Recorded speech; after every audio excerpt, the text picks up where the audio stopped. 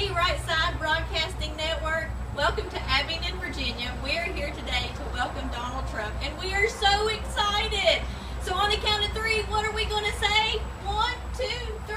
Make America great again!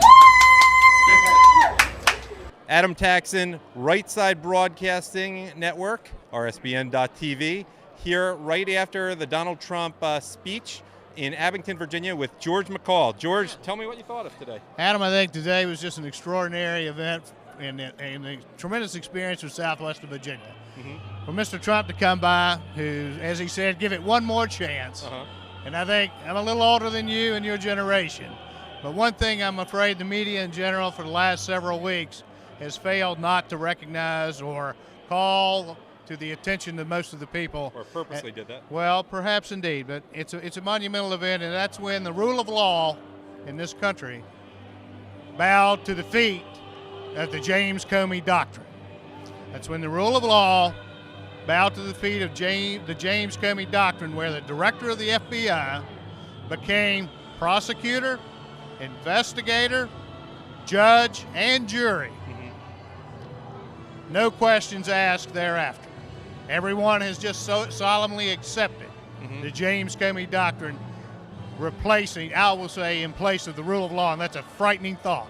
And Donald Trump is their champion to defend the Constitution in its entirety, because the Obama and the Clinton, if you will, legacy that has been established has done all it could to destroy the Constitution. Do you think that the people around here have a feeling that, you know, maybe there's one rule of law for the Clintons and the connected and the elite, and then there's another rule of law for the people, where there actually is a rule of law, the ordinary people like we saw here today in Virginia? Well, again, I think the James Comey Doctrine, if you will, has just further undermined the confidence that not only the people in southwestern Virginia, but all of America is now experiencing.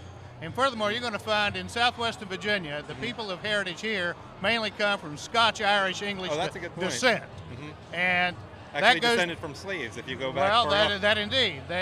We migrated from England when no one wanted us Many ever. as indentured servants. Indeed. By the way, watch the Stephen Molyneux video, the truth about slavery, but that's another thing. Very good. That's the worthwhile thing. Well, we'll talk to you in a will. minute. Hold on. Thank you very much for coming today, and it's a wonderful event, wonderful opportunity for Southwestern Virginia to be, if you will, present in the eyes of the media. And thank you, young man, for coming here. Thank you. I'm not that young, by the way. I turned 45 your 2 weeks in ago. time coming here. Thank you. Adam Taxin, Right Side Broadcasting. I am with Sherry Sturgill.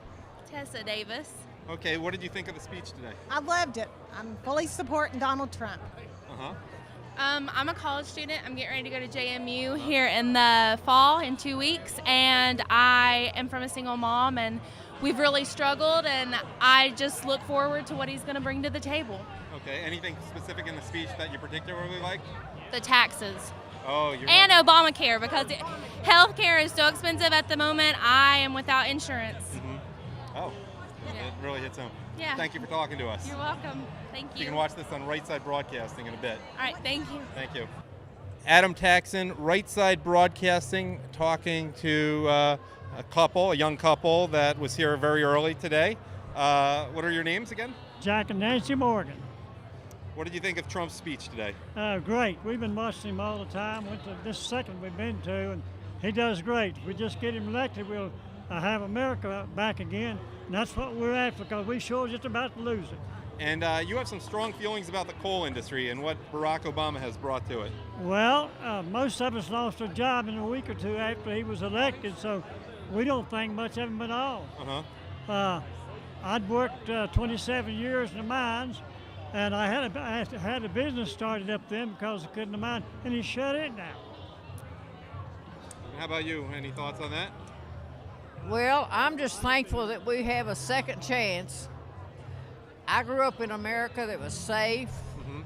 Everybody was working, and I would like to see it again where my grandchildren can have a job, a home that they're not afraid to stay in, and be able to drive a car down the street without being afraid to be shot.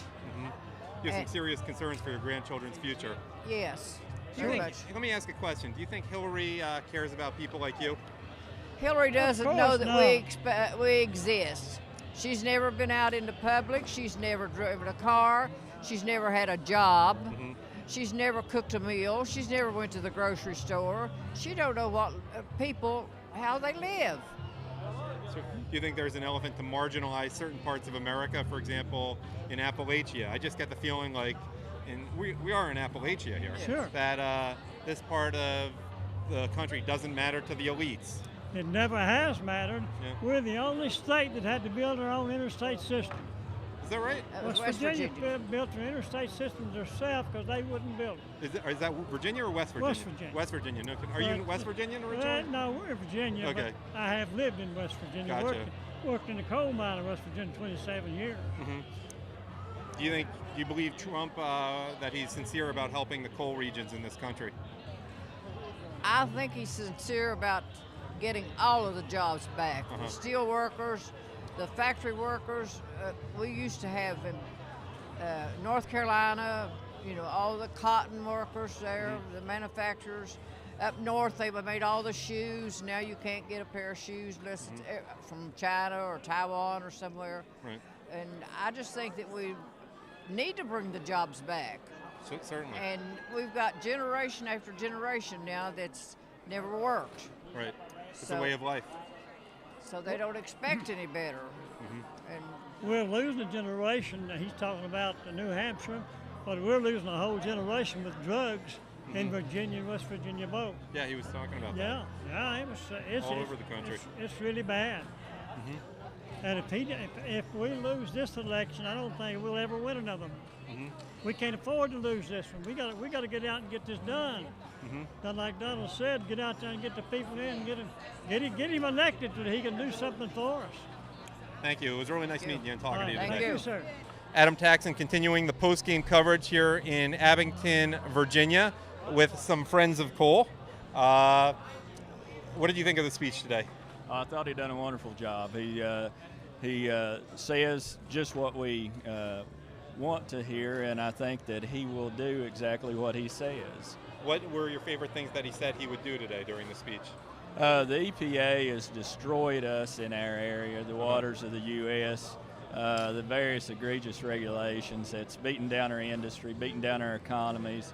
Not only the coal companies themselves, but all the suppliers to the coal companies as well.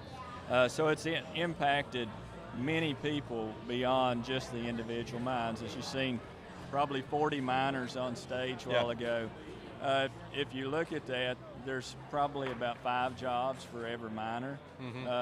And then when you multiply that by their family, all of a sudden they were representing probably 600 people right there on those bleachers. Right, certainly. And that is that's our economy. Without that, we have nothing. Any thoughts from you? What is your name? Absolutely. Veronica McLaughlin. My mother and I own a small business who has definitely been impacted by this economy. What kind of business? We are an advertising company that sell 80% of our merchandise to the coal industry. And we have been devastated. Not only has the coal industry been devastated, we have been devastated as well. We have had to look into the face of employees who have been with us for 20 years and tell them that they do not have jobs simply because of this war on coal that Obama has inflicted on us. Do you think Obama and Hillary get a certain satisfaction of sticking it to certain types of Americans? Absolutely. Yeah. They love sticking it to coal people because they think coal is a dirty word. Right. And coal is not a dirty word. We supply America with jobs, with energy, with electricity. We have clean coal technology that China and India does not have, and we can put our folks back to work. These are people that do not want jobs given. They don't want handouts. They want jobs. Thank you both. Anything else you want to add before we shut off? Trump for president. Thank There you. you go. I've heard that here before. All right. Make America great again.